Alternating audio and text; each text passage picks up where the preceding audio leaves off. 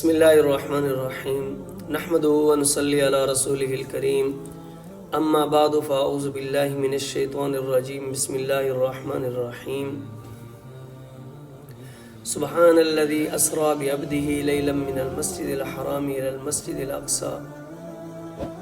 محترم سامعین، آج آپ حضرات کے سامنے جس ٹاپک پہ گفتگو ہے وہ ہے معراج، کہ رسول اللہ صلی اللہ علیہ وسلم کو معراج کیوں کرایا گیا، آسمانوں کا سفر کیوں کرایا گیا، اس کے معراج کی وجہ، اس معراج کرانے کی وجہ علت بیان کرنی ہے آپ کے سامنے، کہ رسول اللہ صلی اللہ علیہ وسلم کی یہ خصوصیت میں داخل ہے کہ اس سے پہلے کسی نبی کو دوران پیغمبری، دوران نبوت، دوران دنیا میں پیغمبری کی سفر کے دوران آسمانوں کا سفر یہ معراج نہیں کرایا گیا۔ یہ میرے محبوب پیغمبر صلی اللہ علیہ وسلم کی خصوصیت ہے کہ اللہ کے نبی کو اللہ تعالیٰ نے عرشوں پہ بلایا اور آسمانی سفر کرایا جسے معراج کہتے ہیں۔ اس کی وجہ کیا ہے، اس ٹاپک میں، اس کلپ کے اندر اسی ٹاپک پہ گفتگو ہونی ہے، اس کی وجہ بیان کرنی ہے ہم نے۔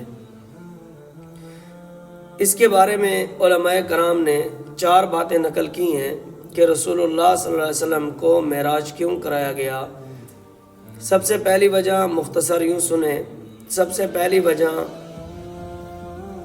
ابو طالب کی وفات، پھر حضرت خدیجہ، پھر شیب ابی طالب، پھر حضرت خدیجہ الکبریٰ رضی اللہ تعالیٰ عنہ کی وفات، پھر سفر طائف سے واپسی پر تکالیف کی انتہا۔ یہ 4 ایسے لمحہ بلمحہ صدمے اللہ کے محبوب پیغمبر کو پہنچے کہ ان کی انتہا ہو گئی۔ اس 4 کی وجہ سے اللہ کے محبوب پیغمبر کو معراج کرایا گیا۔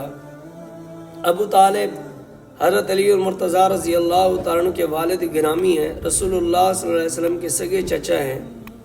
انہوں نے اللہ کے محبوب پیغمبر کی بڑی پرورش کی، بڑا خیال رکھا، ہر معاملے میں اللہ کے محبوب پیغمبر کی معاونت مدد کی، باوجود اس کے کہ اسلام قبول نہ کیا، لیکن حالت کفر میں رہ کر بھی نبی کریم صلی اللہ علیہ وسلم کو ہر معاملے میں ان کے ساتھ شانہ بشانہ کھڑے رہے، ان کا ساتھ دیا۔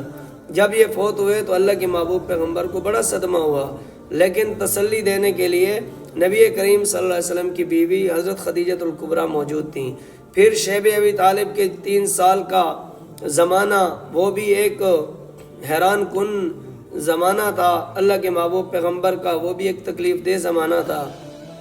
پھر وہاں سے نکلنے کے بعد آپ صلی اللہ علیہ وسلم کو تسلی دینے والی وہ خاتون جنت جو ایک بہت بڑی شخصیت صحابیات میں رکھتی ہیں، حضرت خدیجہ الکبریٰ، پھر ان کی وفات ہوئی۔ جب ان کی وفات ہوئی تو اللہ کے محبوب پیغمبر کو بہت زیادہ تکلیف، بہت زیادہ صدمہ پہنچا۔ اس لیے اللہ کے محبوب پیغمبر نے پھر مکہ کو چھوڑا اور طائف کی طرف چلے گئے۔ طائف وہ جگہ ہے جہاں پہ بنو سعد قبیلہ رہائش پذیر تھا۔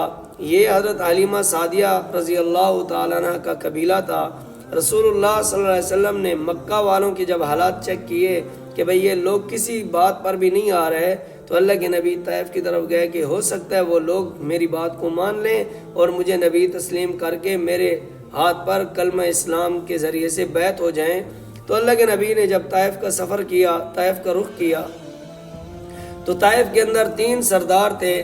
ایک کا نام تھا، اس کے اندر لیل یا عبد کہتے ہیں اس کو، عبد یا لیل، اور دوسرے کا نام مسعود، اور تیسرے کا نام حبیب تھا۔ یہ تینوں بھائی تھے۔